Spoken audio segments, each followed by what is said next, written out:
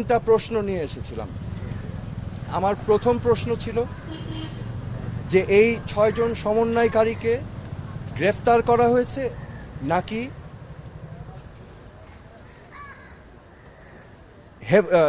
Safe কাস্টাডিতে নেওয়া হয়েছে।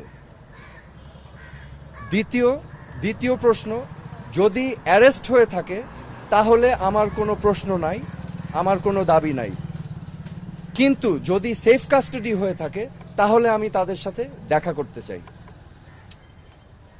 DB প্রধান আমাকে পরবর্তীতে ঊর্ধ্বতন কর্মকর্তার কথা বলে উনি আমাকে জানিয়েছেন যে এই 6 সমন্বয়কারী যেহেতু তাদের নিরাপত্তা নিয়ে উদ্বিগ্ন ছিল সেই কারণে তাদেরকে সেফ কাস্টাডিতে নেওয়া হয়েছে।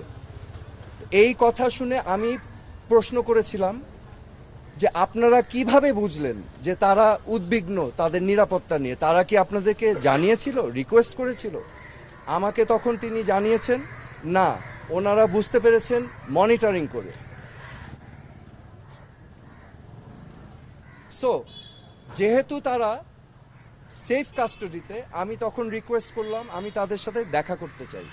তো প্রতি উত্তরে আমাকে জানানো হয়েছে যে দেখা করতে চাইলে ঊর্ধ্বতন কর্তৃপক্ষের পারমিশন নিয়ে আমার দেখা করতে হবে তাদের সাথে।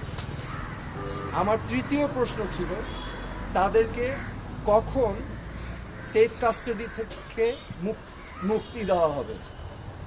এই প্রশ্নের জবাবে তিনি বলেছেন যে ঊর্ধ্বতন কর্তৃপক্ষ যখন ওনাকে নির্দেশনা দিবেন তখনই ওনাদেরকে ছেড়ে দেওয়া হবে।